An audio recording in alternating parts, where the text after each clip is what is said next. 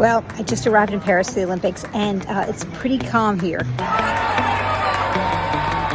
There are lots of places to set up to watch the cyclists going by. Okay, here I am at Gare du Nord at almost 6 o'clock in the morning, not even.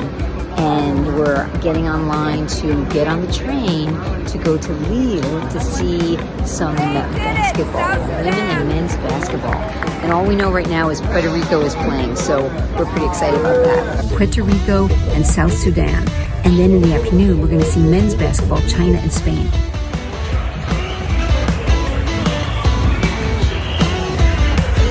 Wow, it's going to be a great game.